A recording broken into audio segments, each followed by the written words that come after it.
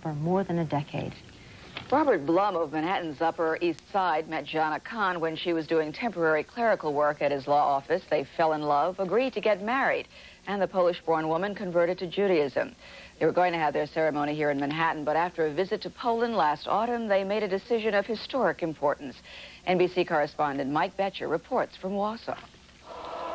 These men are the symbols of the big changes in Poland. Solidarity senators and parliamentarians worshiping in a Catholic church as they prepare to form a new government.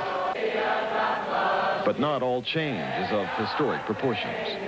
In another part of Warsaw, worshipers of another faith celebrated change on a smaller scale. In Warsaw's only synagogue, Robert Blum, a New York lawyer, and his Polish-born fiancée, Joanna Kahn, were married in the first Jewish wedding celebrated in Poland since World War II. There was much celebration for what is to come for this couple, and much sadness over what once was in this place where they chose to be married. Robert and Joanna hoped their wedding would rejuvenate a Polish-Jewish community decimated in a half-century by Nazi occupation and communist rule. Before the war, there were 400 synagogues like this in Warsaw alone. This one survived because it was used as a horse stable by Nazi troops.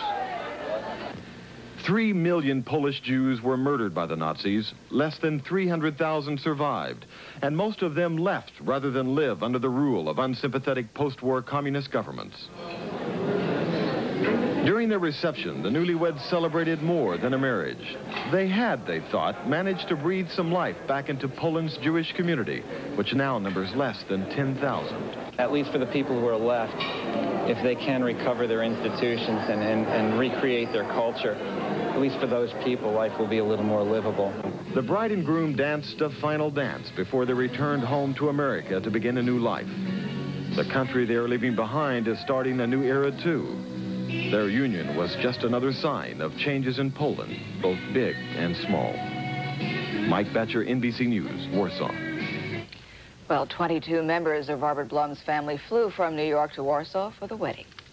Coming up next, one talk show hostess is talking about